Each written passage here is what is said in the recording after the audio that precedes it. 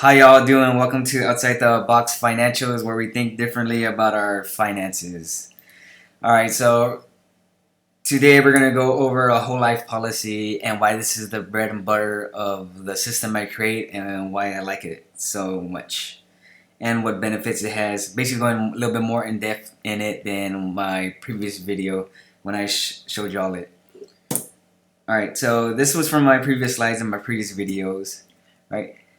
You put money in, you pay up the premiums, you put money in, you borrow from it. You can't borrow that much, you only can borrow up to what, like 75%, well, from my insurance company, right? And you keep doing it like clockwork, and it gains a little bit, or it keeps building and building, and also you gain that interest from it, and there's other benefits from it. So this is why I like the whole life policy, but not just because it has some interest and it goes and it grows, and you can borrow from it, and we'll go into it and I'll show you why. But first, so all of us has a job. So this is basically what happens for a majority of us, and when we turn 18 or whenever we start working, how we're taught, how we're built, how they have our mindset.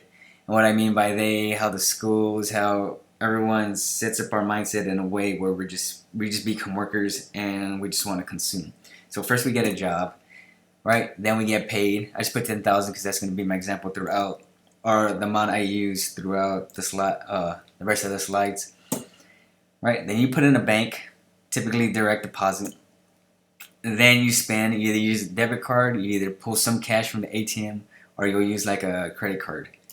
Then from there, right, you'll spend it on products and services. Sometimes investments. Probably want to get into crypto, go YOLO, right? Buy X Block, PlayStation, and so on. And for like services, Netflix. What else is there? Steam. I think Steam is the one where you can buy all those video games and whatever else services they have.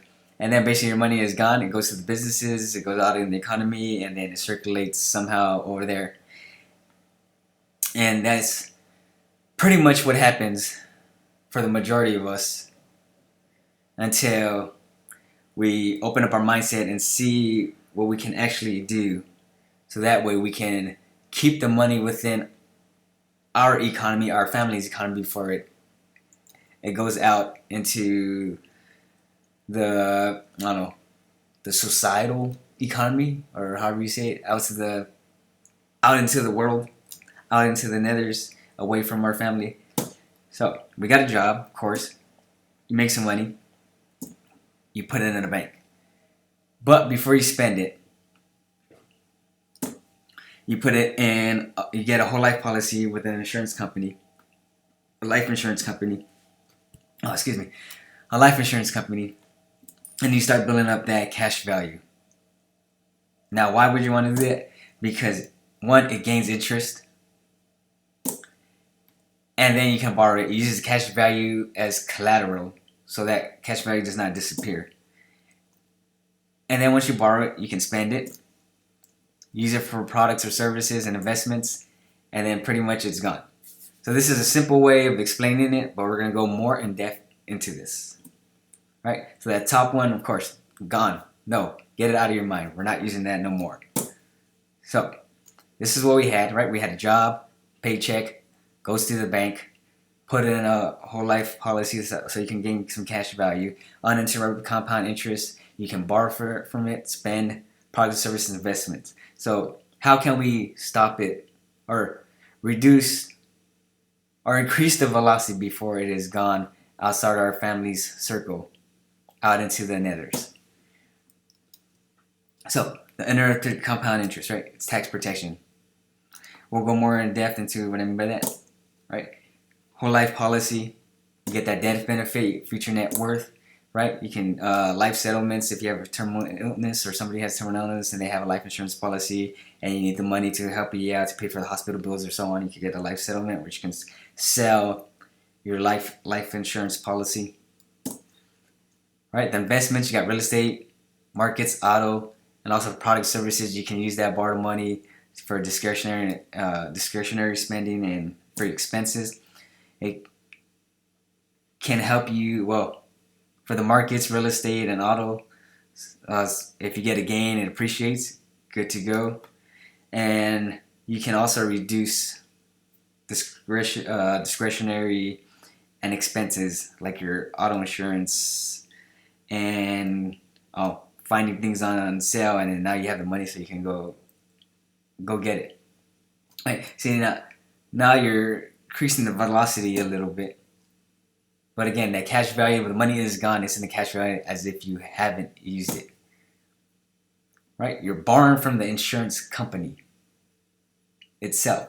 You're not borrowing from the cash values. Cash values used as collateral. You're borrowing from the insurance company. And then it continuously grows as if you've never touched it. So that since that cash value, even if you spend, say you have 100,000 in it, you spend 50,000, right? It's not you have 50,000 now, so now that only collects interest. The whole 100,000 keeps collecting interest. So here's an example. You got 10,000 cash value. You borrow from it from the insurance company, and over the 14, let's say over the 14 years, you spent 7,500, right? But now we're gaining off the 10,000, not just off 2,500. So we're gaining off the 10,000. So at 5% over that same 14 years, you make 10,000, which you doubled your cash value, which is great because now it covers that 7,500, right? And you still net a profit. So as long as the policy doesn't collapse, the cash value is left alone. And what I mean by that you do get charged interest. For instance, my life insurance company charges a 6%. Well, it doesn't charge a 6%, but my life insurance company charges 1% over whatever it gives me in interest.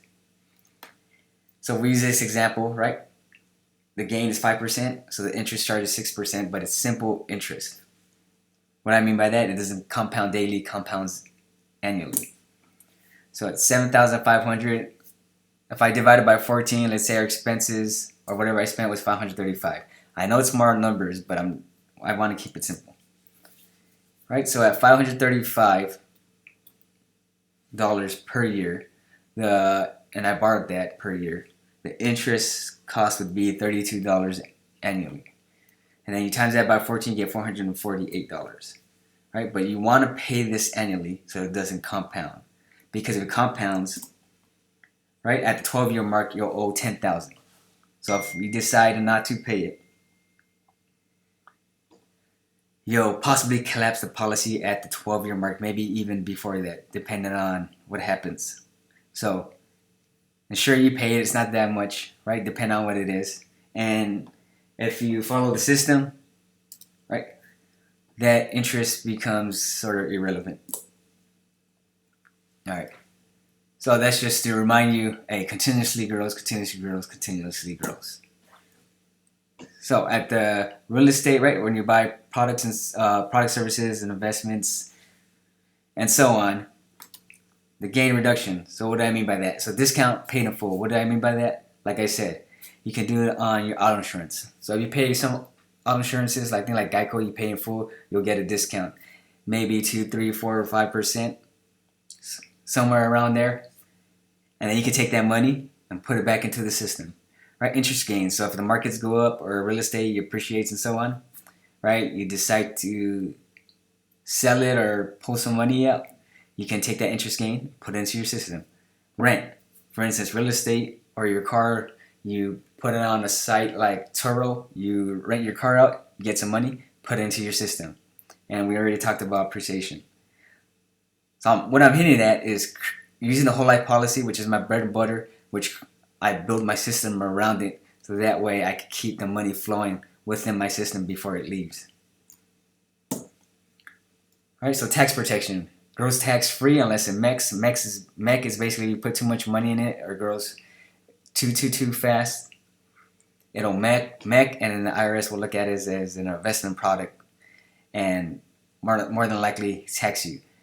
I haven't hit this. I haven't seen it in play, but I've heard that the life insurance company will work with you and ensure it doesn't turn into a MEC. But get with your life insurance company if you have one, or if you don't, talk to them about the mech, so that way that doesn't happen to you. All right. So this is just a look at how the system looks at now. But there's other things we can do for the system to improve it, so that way we increase the velocity, we keep the momentum, and we keep that dollar working within us and actually pulling in more money and making that money have, like I heard from some of the other YouTube personnel, have the money make money babies. So once we borrow from the life insurance company, they use our cash value as collateral, we can reduce taxes, for instance, by funding our retirement account, which will help reduce our taxable income. That'll be in later videos that I'll show y'all. Right, the gain reduction. If, say, for instance, you get in the markets, you have 100,000, you get into a stock, it fails, goes down to zero, it fully collapses. Right, that is a tax reduction. Right, you can write it off on your taxes. But again, that money is still in the cash value, gaining interest as if you never touched it. Then from our products, investments, if we get into the markets, real estate, and so on, instead of selling it, we can borrow from it, use it as collateral, get a good interest rate on it, right? It'll go back to the bank, and then we can fund our whole life policy, and then basically push it through the system and keep doing this again and again and again. See, and then we keep that money within our system and keep that velocity and momentum going. And then from that, you build trust, and this is basically for your family, so that way your family can also keep running this. And then you build a strong financial system that can stand the test of time. But there are other things, like your tax refund that you get, that probably you use for a vacation, or you use for something else, or to buy discretionary spending, to buy a new Xbox, to buy a new PlayStation, buy a new car. No, put it into the system and then do that. And I'll show you ways that you can still do that and still be able to make money. And then you got credit cards, right? If we throw a credit card in here, man, you'll see how crazy the system gets. This is another video. I'm not gonna do it right now, right? And any found money, for instance, you win a competition, somebody gives you money for Christmas. For all of my military folks out there, right? You deploy, you get imminent danger pay, indirect fire pay, hazardous duty pay. You get per diem when you go on TDY, your PCS, and then you get, right, you do a Diddy move, you get DLA. Put it into the system. You're still utilizing it for what it's needed, but put it into the system. Right? Because once you put into the life insurance policy, right, it goes to your cash value. You can borrow from it, but it's as if you never borrowed it again, and it's uninterrupted compound interest. This is how you keep the money within the family and within the system. Okay? And then, of course, I don't have it, but you got the PLOC, which is personal line of credit, and the HELOC, which is a home equity line of credit.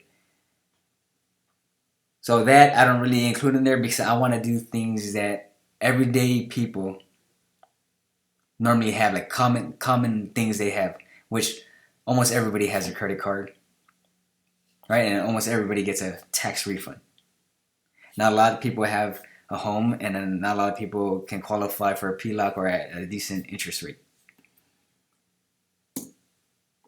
So the more you can use your hard-earned money more than once and have it not fully disappear, the more momentum you can gain and exponentially increase your money. So the more momentum you can gain and exponentially increase your money. So if we go back, just look at this.